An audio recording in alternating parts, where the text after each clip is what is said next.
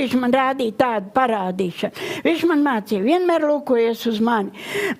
Rādīja tā, kā es būtu, jūra, tā kā būtu jūra lieli viļņi.